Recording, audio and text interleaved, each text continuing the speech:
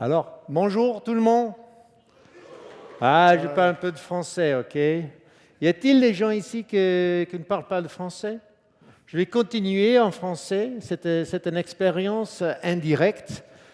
S'il y a des gens qui ne parlent pas d'anglais, on peut les noter parce qu'il y a de plus en plus peut-être vexé parce que je continue en français. C'est une expérience, c'est-à-dire une petite leçon que ce n'est pas toujours nécessaire de mettre les demandes concrètes et directes pour les gens des user experience. C'est aussi une chose, ce n'est pas toujours le cas qu'il faut demander aux gens qu'est-ce qu'ils veulent. On peut voir les visages, par exemple. Alors, je veux donner quelques notes, c'est une petite politesse, je crois, des anglophones aux francophones, de dire quelque chose en français, et même pas tout le discours. OK? Ça va? Ah bon.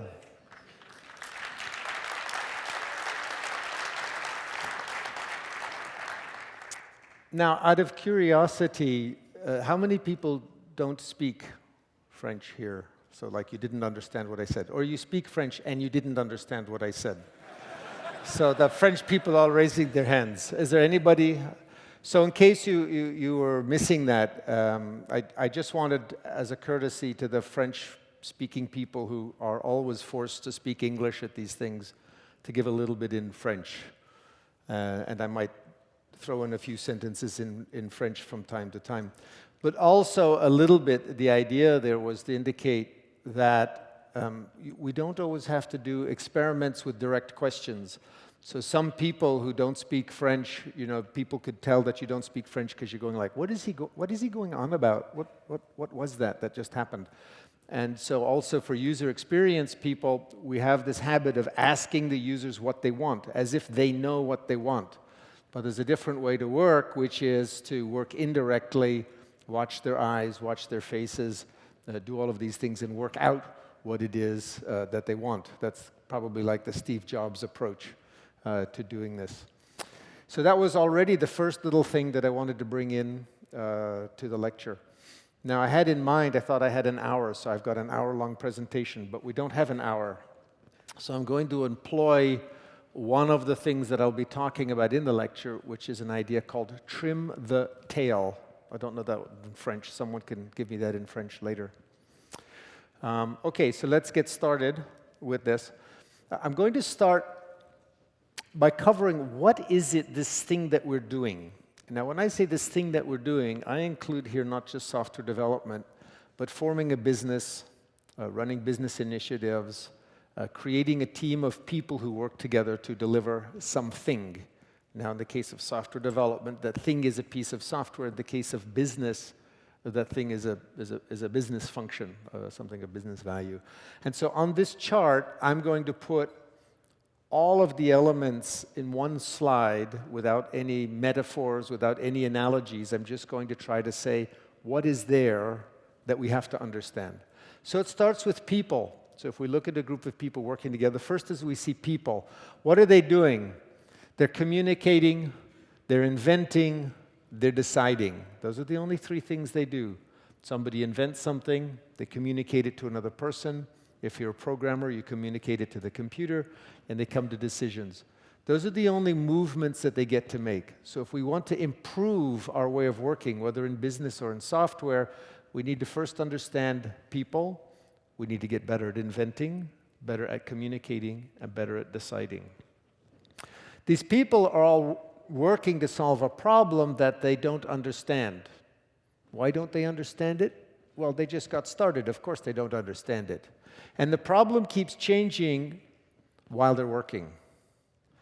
They're creating a solution that they don't understand.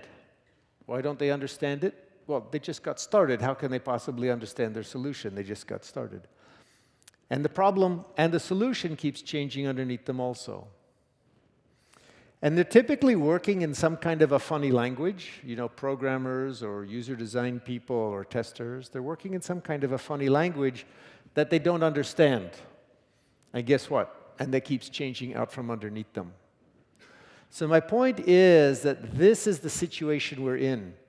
We're in a situation where the problem we're solving is one we don't understand and keeps changing. The solution we're creating is one that we don't understand and keeps changing.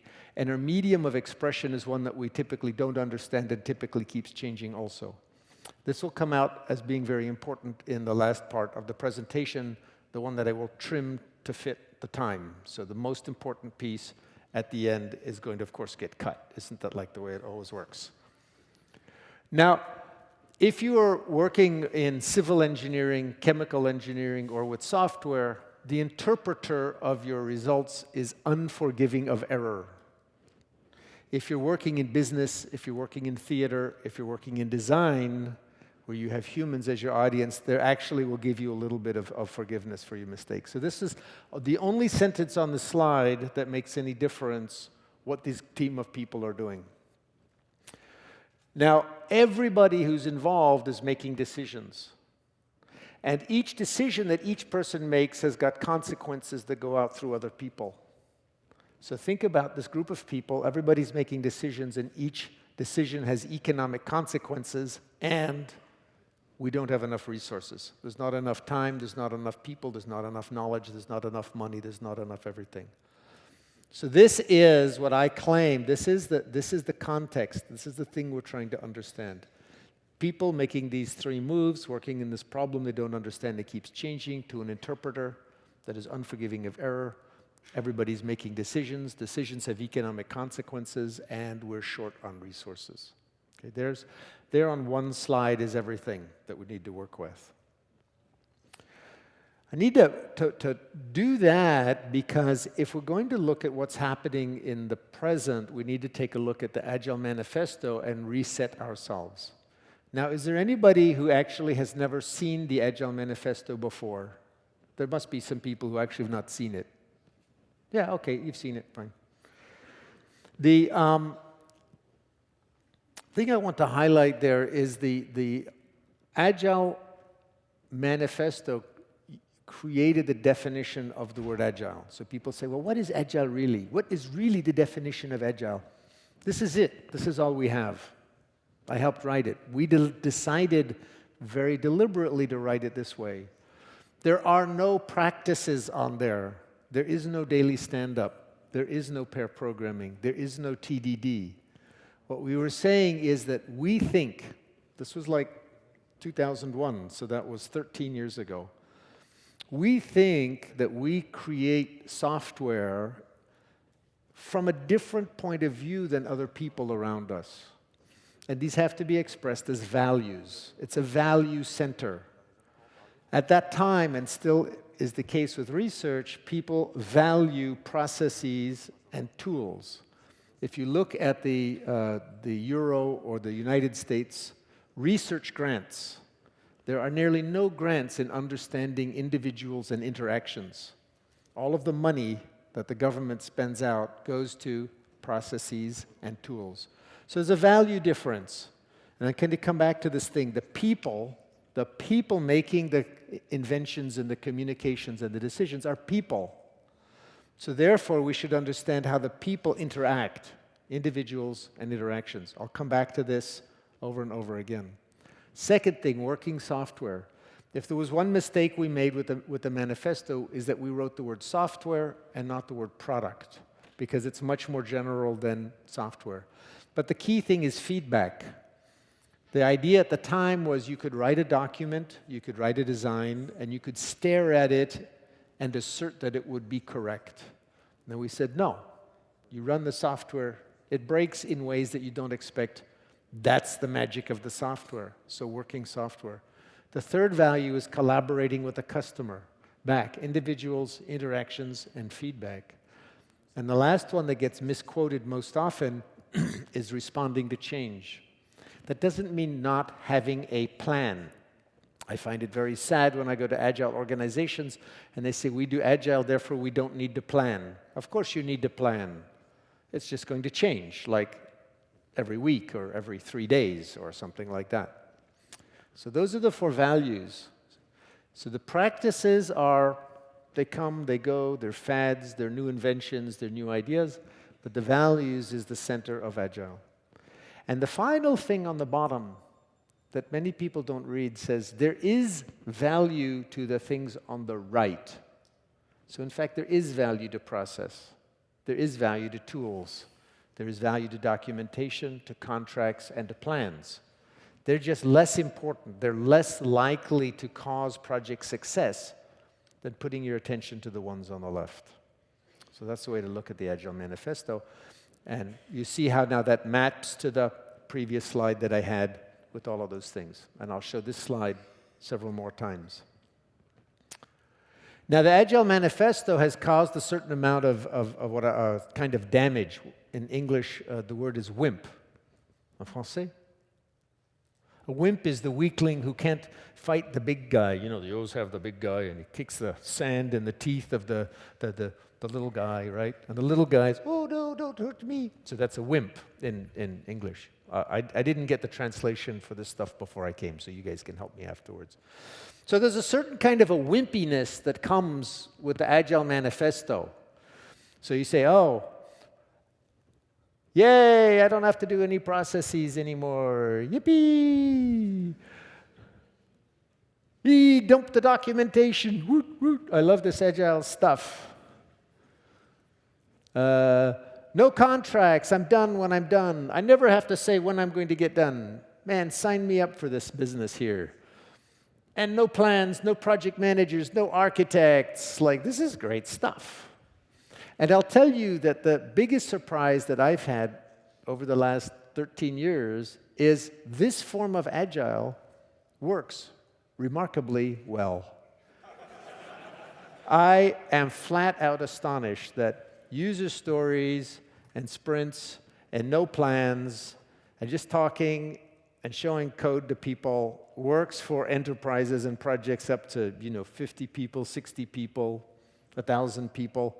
It shouldn't work, but it does. I mean, for me, that's the giant surprise, that this stuff works at all.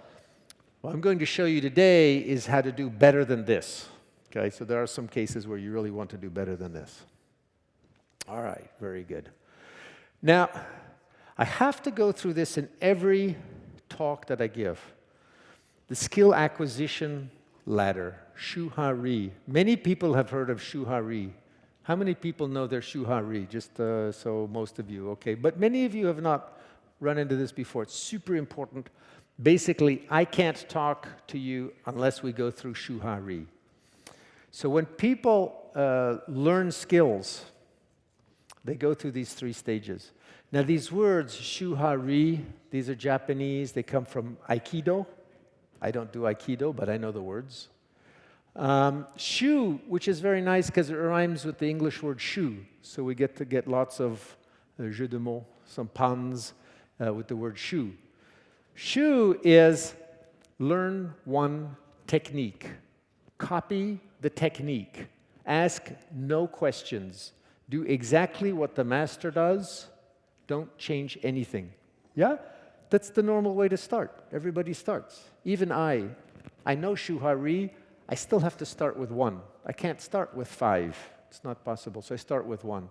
The problem is that people fall in love with their little shoe technique. As one person said, one shoe can't fit all. All those Agile experts are arguing about whose shoe is better than whose shoe, right? And the one I like is the shoe box. You know the box the shoes come in? So people learn one technique, they fall in love with the technique, and they make a little nest in their shoebox, and then they won't leave their shoebox. But in fact, you need to progress to the second stage, Ha. Ha means break. Shu means follow, Ha means break. So you break away from the one technique, and you start to collect many techniques. Okay, that's good. Now you become kind of a professional. If you're lucky enough and you become good, you get to the third stage, Ri. Ri means leave, as in when the Aikido person leaves the dojo. The Aikido person is done learning from this master and goes out into the world. The people who operate at the Ri level of expertise don't follow a technique. They don't do the same thing 2 times in a row. There's this guy called Jeff Patton who has this idea called story mapping. He's had this idea called story mapping for 12 years. He can't write the book because he's re. And every time he comes back and I say, write the book, he says, but I did it differently this time. I go, I know you did it differently this time. That's re. Pick one and write the book. Yes, but when I write the book, everybody will think that that's the way to do it. I don't care, write the book. Shu, ha, re, they will pick one. Yes, but I just did it differently. I don't care, write the book. So we don't know if that book's going to come out yet or not. But that's a re-level person who can't bring himself to do the necessary, which is to describe something for beginners to get started with. Shu, ha, re. Super important. Because when you ask me a question, I can't answer it because I'm re. You want your answer at shu, but I don't know the context. I give you one small example just to show shu, ha, re. I was in Nokia at the time that they still made cell phones in Finland, and they said, we have a problem because our programmers are in Beijing and the UI designers are in Helsinki. And they were doing 2-week sprints. And the people in Beijing, the programmers, say they cannot make a sprint commitment because the UI designers keep changing the design. And I said, that's okay. You work in 2-week sprints. They freeze the design every 2 weeks. So the people in Beijing have a stable thing to work with, and they can make a sprint commitment. And they said, yeah, but we sent the UX designers over to Beijing, and they didn't have any trouble. And I said, oh, well, that's completely different, don't you see? Because when the UX designers are in Beijing, they're talking every day with the programmers. The programmers get to discuss with them the potential for a change, the upcoming change, the change as it's manifesting. There's no surprise. But when the UX designers are in Helsinki, they just get an email in the morning, say, we changed the design, which is terrible. So you have to run 2 processes. When the UX designers are in Helsinki, you run fixed time boxes of 2 weeks. They freeze the design. When the UX designers are in Beijing, they can change the design all the time because they're there. 2 completely different processes, the same team, the same company, the same assignment, the same everything. All we did was take 2 people and move them from here to here. So that's what happens when you do this methodology stuff at the re-level. Now, just to be a little bit more fun about this, I found some pictures, Keynote, too many words, need some pictures. So here's shu, there's that symbol for shu up there, and there's a kid learning to dive. Okay, so teaching this person how to dive, that's the usual way we teach people how to dive, yeah? Now, when you get to the ha level, it might look something a bit more like this. So this was in New Zealand, and I had the home of the bungee jumping. And although it's much higher than the previous one, right?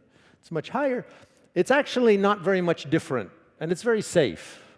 So I did some experimentation. I didn't do anything like falling off a chair or handstands or anything bizarre like that. It was just a simple dive. I changed the technique a little bit. Ha. Okay? This next one, however, that's re. Because that's the cliff. And there's about 8 meters out that you have to travel. 7 meters out to be safe, and the height of 8 meters. So that one, you can't be doing any of the simple stuff, right? That's you just go for it.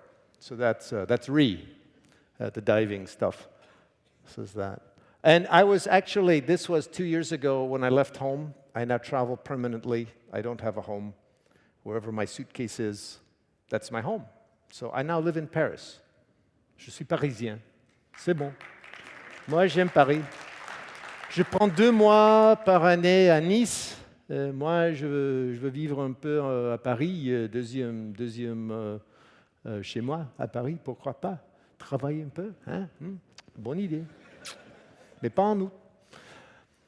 So I got myself a re-tattoo right after that dive. So about a month after that dive, I decided I was going to go re. So I now have re.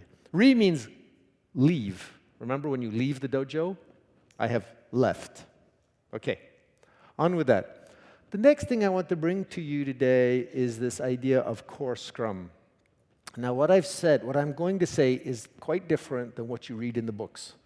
But I did check it with both Ken Schwaber and Jeff Sutherland. And they both seem to be okay with it. Maybe if I say it 100 times, they'll disagree. But up till now, they've not disagreed. But this is the way I teach Scrum, having watched these guys from 1993 till the moment. And this is what I've got. There are 3 rings. There's core Scrum, the center, the center, the center, the center, just like the Agile Manifesto has the 4 values, the center of Scrum. Then there are these things called barnacles.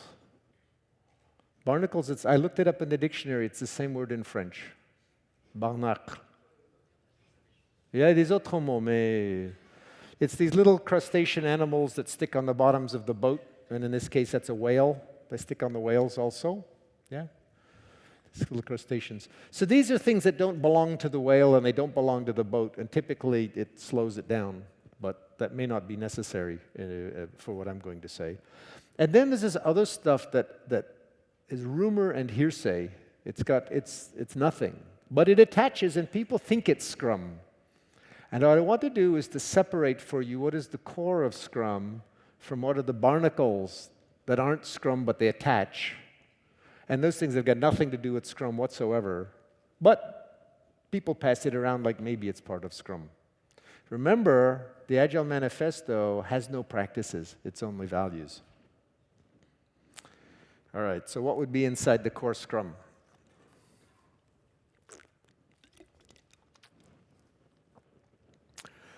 Three sentences. For me, Scrum is 3 sentences. The first thing, deliver every sprint. Now, that's what Ken Schwaber said in 2008. But it's not what they said in 2001. In 2001, they said, demo every sprint. What happened between 2001 and 2008? Well, Ken did a lot of traveling.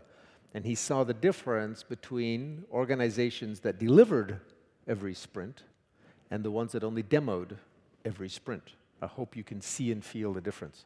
So the official word is demo or deliver every sprint. Preferably deliver every sprint. Okay? Demo or deliver every sprint. That's number 1. Number 2, the job of management is to assemble an adequate group of people, give them an assignment, and then let them decide everything. Okay, so the management has a purpose, which is to create the mission for these people and then keep their fingers out. The second one is very interesting because it says after you say these first 3 sentences that I'm going to say, you cannot say any more because the team decides. There's nothing you can say about Scrum once you've said number 2. I had taught a CSM class once to about 160 people in an organization. And one of them said, I'm happy to know that we don't have to use a burn-down chart, that we can choose. She sent me that in an email. Her boss wrote back and says, we are going to do Scrum by the book, so we will use burn-down charts. And I had to talk to his boss, and I said, if you do Scrum by the book, he can't send that email.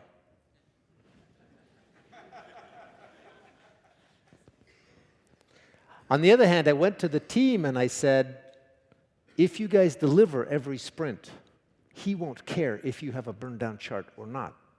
If you don't deliver every sprint, I promise you he's going to show up here with a burn-down chart in his hands and he's going to put it on your wall. So I can recommend to you, please deliver every sprint if you want to do it your way. The third one, there's lots of changes. Inspect and adjust every day and every sprint. Every day, of course, you're looking for what's going wrong. Mostly you're looking for what's going wrong. Every sprint, you're looking for how can we do things better. That's what you're looking at. Those are the 3 core rules of Scrum. As far as I'm concerned, that's Scrum. Now, there's 2 more sentences that I put considerably below. They're not quite barnacles, but they get a bit more barnacle-like as far as I'm concerned. The next one is, and this was the original version of Scrum Master, it is a good idea to have somebody with some free time to remove obstacles from the people who are actively working. You have highly paid programmers, testers, UX designers, specialists. You want to keep them going and not sitting waiting for a workstation or a bit of education or a whiteboard or something like that. Therefore, it's a good idea to have somebody who can take the time and go through the organization, arrange for money, arrange for materials, arrange for whatever. One Scrum Master I said, this Scrum is great. We took a project that was going to be like 8 times over budget, and we used Scrum, and it delivered on time. So we went in 1/8 of the time that was forecast. And I said, I know enough about Scrum. Scrum can't do that. So what did you do? He says, well, using the rules of Scrum, I went to the management and said, our key person keeps being interrupted by people from other projects who want his time.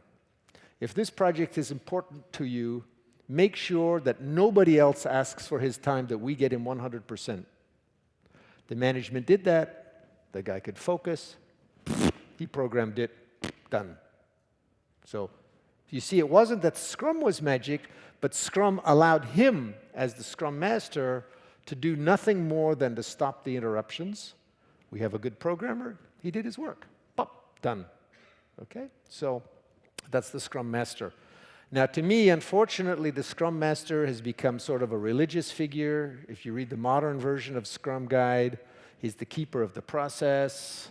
And I think that, maybe something happened to Ken, and he had a bad meal one day, and he had an argument with somebody and said, by God, they're going to follow the process.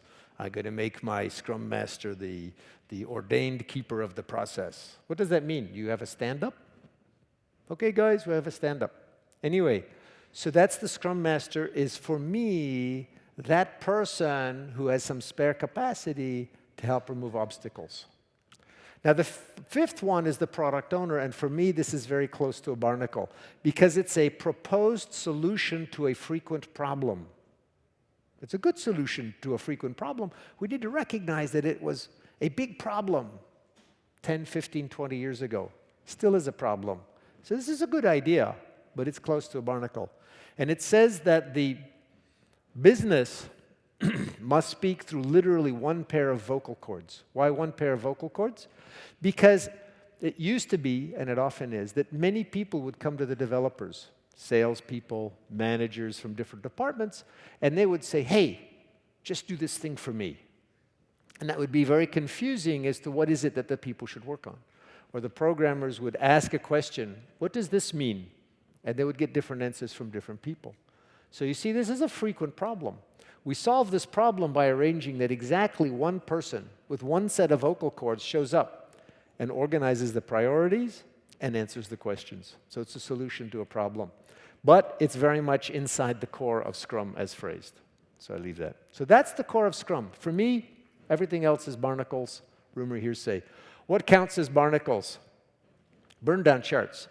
I've been saying this stuff since about 2009 when I started teaching the CSM course, and I was very happy a few years later that they came up with a revision of Scrum now, which is a different metaphor, rules of the game and strategies for playing the game, and burn down charts are now inside the strategies instead of the rules. So there's a barnacle. You don't have to use burn down charts anymore.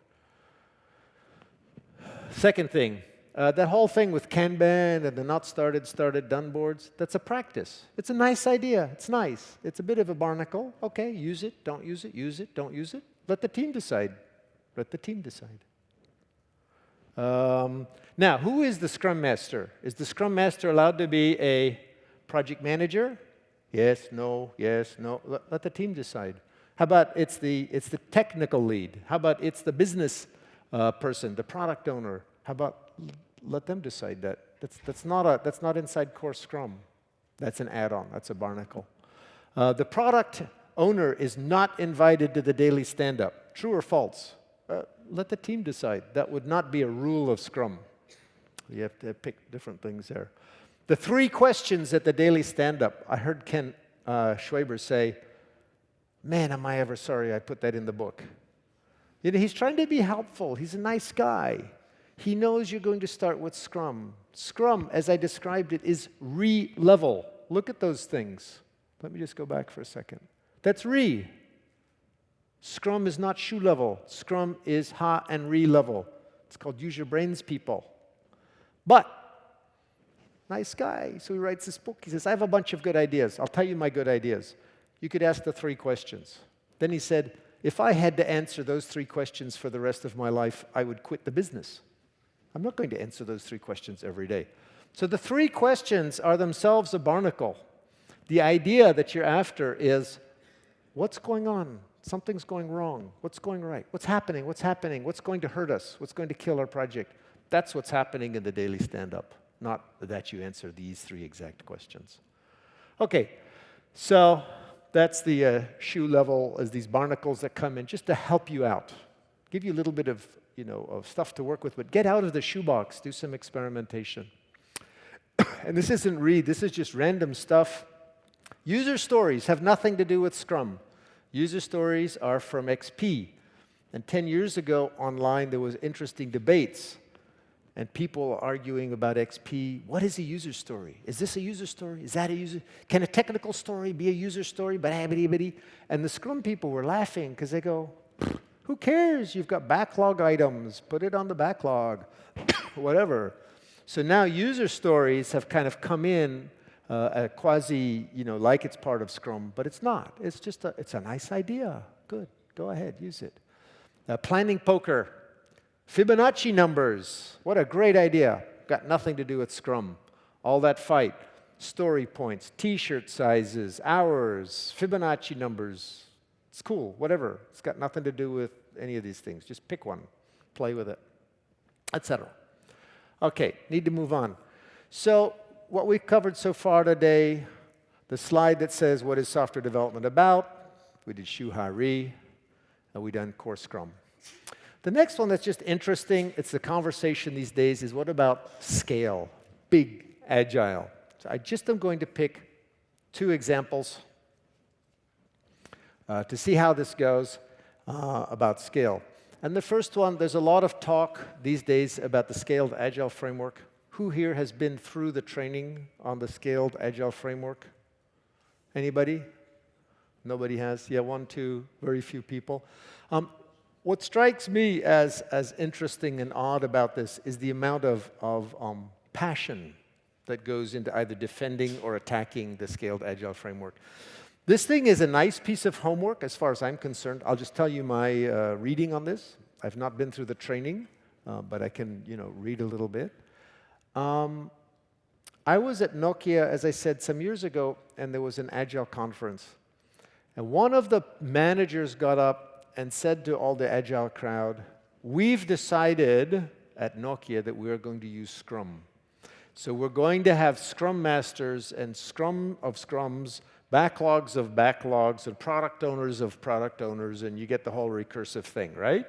Blah, blah, blah. He talked for 20 minutes or half an hour, and then he left. And I looked at the faces of the people, and I saw they were really sad, like their freedom had been taken away from them, and they were going to be put into a cage, and told to program and fed little pieces of bread, like that. And so I got up and I said, relax, everybody. He didn't change anything. All he did was to say, we've decided on a vocabulary. It's just terminology. This is very important. People waste hundreds of thousands of dollars deciding if it's going to be XP or Scrum, iteration or sprint, coach or Scrum Master, user story or backlog item. This changes nothing. Pick one. Good. Good. You're going to have Scrum of Scrums and backlogs of backlogs, and okay. It doesn't change anything in your life. So when I look at the Scaled Agile framework, for me, I see 2 things. I see Dean Leffingwell and other people like him addressing a particular category of problem, a particular kind of an organization, like I'm thinking of the largest telecommunication company in Australia, Telstra, where the CEO says, yep, we're going to become an agile company. Right, everybody, go. Now, they've got systems and system integration between their handsets and their towers and their cable, their fibers underground and everything. They have an immense problem to deal with. So starting with something like this makes some sense. It says, what are our directions? How do we break it down? What are the job titles we're going to use? It's a very nice thing to start with. You lay it down, and so people don't have to fight about little things like, is it a coach or a scrum master or a backlog item or a user story or something like that.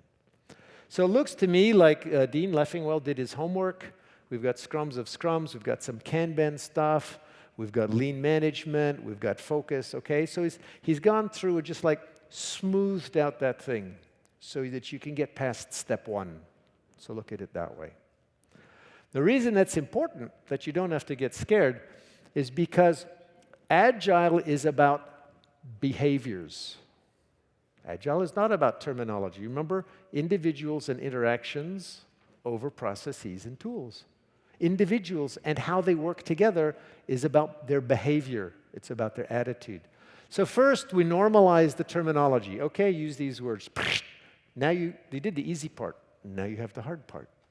To get the people to have an attitude of collaboration, of experimentation, of seeking feedback. Okay, so this is just terminology. You now have to work on attitudes. You now have to work on behaviors, because that's where it sits. And I'm going to come back to that. The beginning, the middle, and the end of this talk. Agile is the behaviors of the people. And nobody likes to do that because that's hard. That's hard.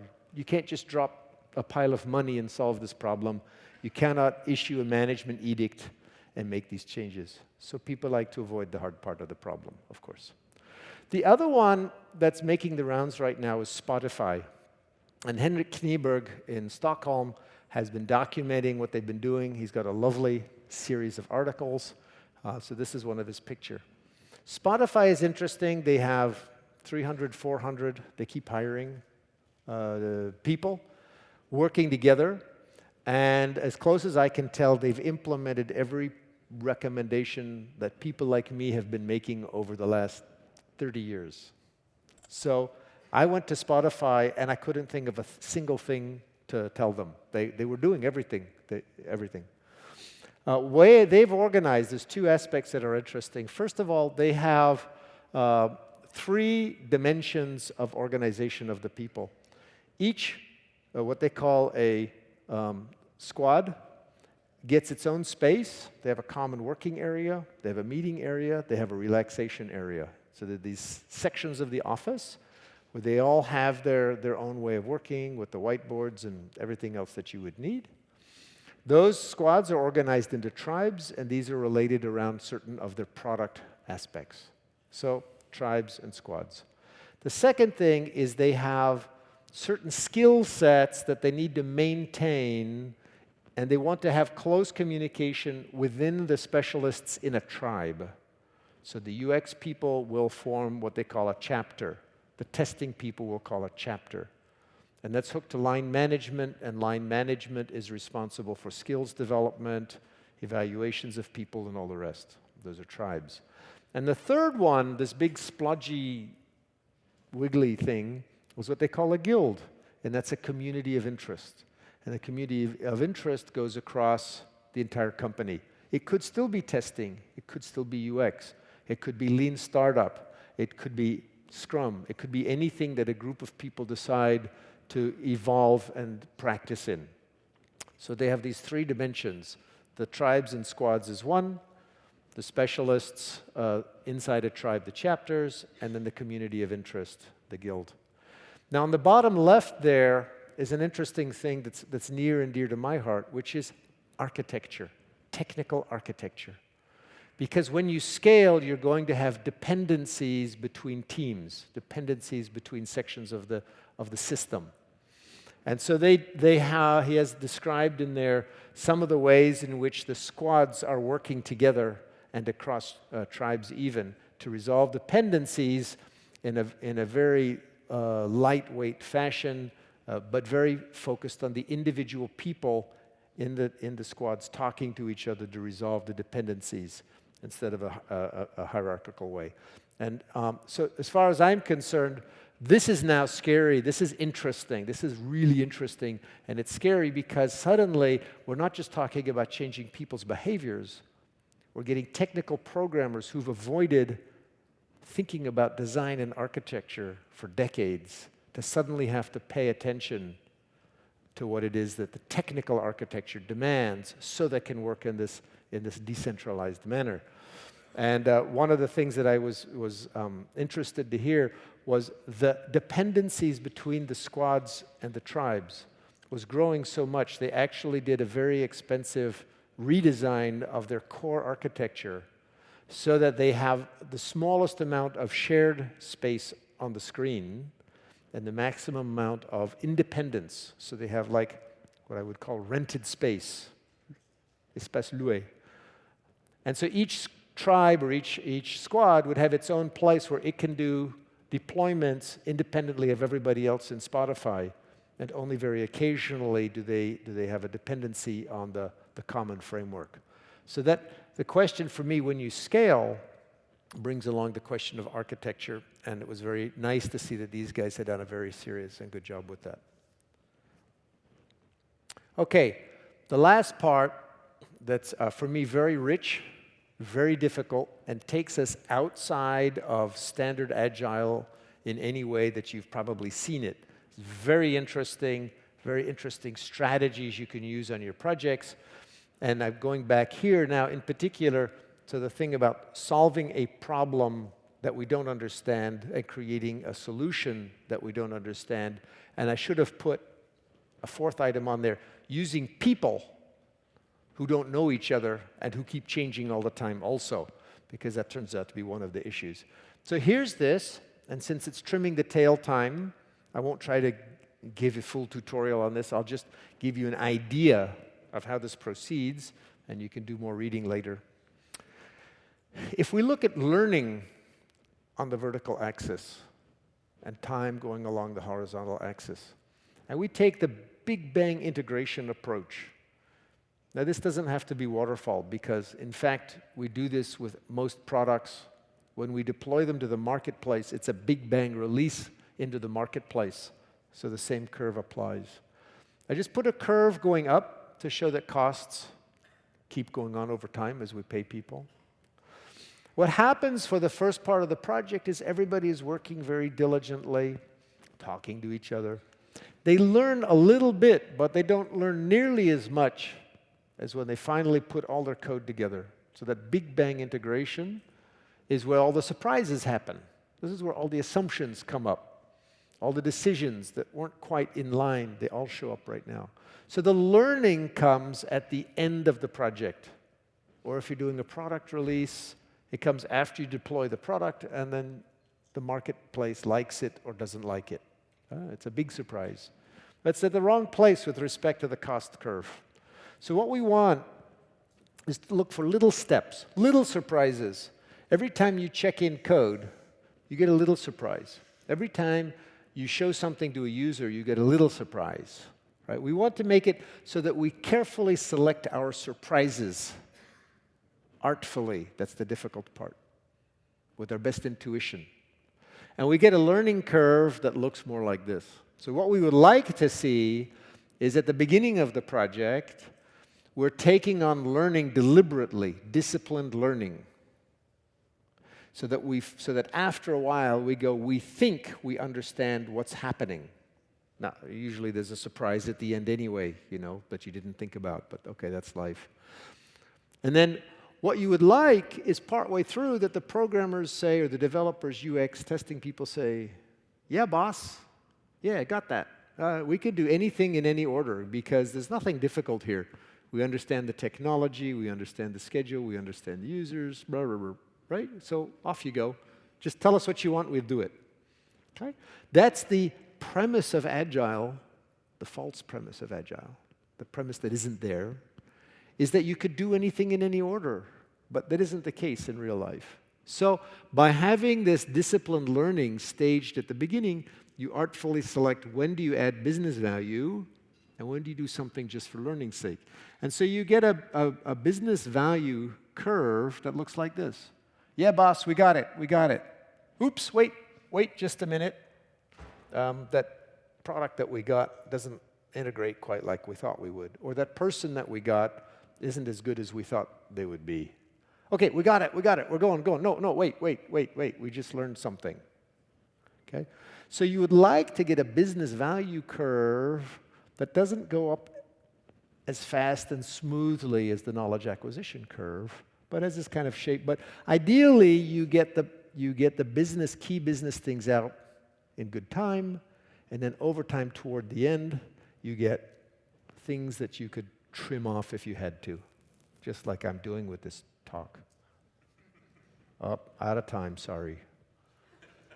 No. Présent. So the thing is that people in the Agile world tend to present business value growth like looking like the smooth line, but it doesn't when I look at projects. It has this kind of a bumpy shape to it as people are learning and building value. Now, there are 4 categories of learning that I've been able to detect. And the first one is, are we building the right thing? Normally, you only find that after you deploy. What you would learn from this field called lean startup is there are lots and lots of techniques for learning early, for doing experiments to find out whether you are building anything that anybody would want in the first place. So the learning question is not, are we building the right thing, but what is a good thing to build? That's what we're learning. What is a good thing to build? It's not that we're solving a problem we don't understand. We don't even have really a good idea of what the problem is. We have to learn what is the problem, and we do that through these experiments. The second is social learning. These people have to learn how to work together. So you could take deliberate activities to get it so that the people learn to dialogue. My favorite is to do what I call easiest first, hardest second. Easiest first.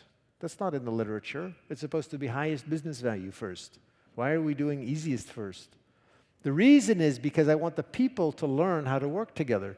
If they fail on the first sprint, but I gave them the hardest assignment on the first sprint, I don't know why they failed.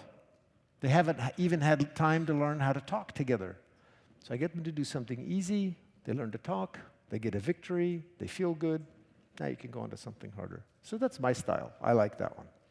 The third risk bucket area is technical learning, learning scaling, learning performance, learning portability across platforms. These are done through a thing called spikes.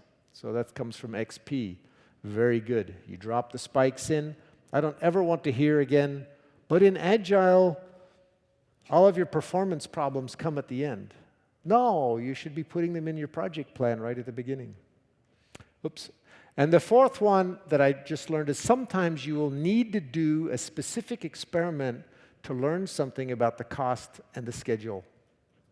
And I met a guy, and they were implementing small sections of the API because the hope was that the old architecture would accept the new demands.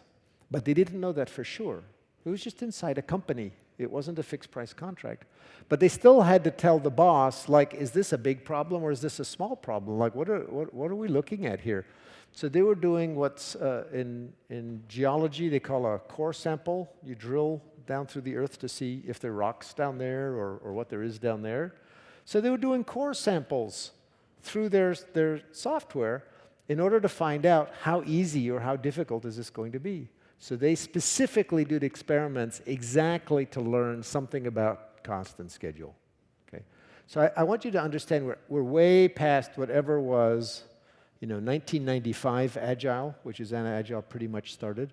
We're way past 2001 Agile. We're way past 2005 Agile. This is the modern day version of Agile. So get away from highest business value first stuff and get into the discipline learning thing. What you get is actually 3 phases. Phases being a bad word, but 3 kind of periods if I look at this curve. A first section when you're willing to pay money for the knowledge, so you learn that you're building the right thing, right? That the people can work together. You're doing experiments on the technology. You're checking the schedule. Then you go through this high growth of business value period, and then you get to this place where you need to be able to to cut at any time, and you have the business in control, do we ship or do we hold? Do we ship or do we hold? That should be the business in control, not the programmers. If you're working this way, you've got the risks taken down, the learnings up, you've got this flattening, you get this. This suggests that your project plan might look something like this, and I have drawn this in a couple of places. You have these three areas, risk, value, and tail, and you have whatever you want. Sometimes it's different projects you have to manage, different initiatives, different epics if you're using epics, different aspects of the system you're building, and literally put inside this table, these are some learnings we want to do.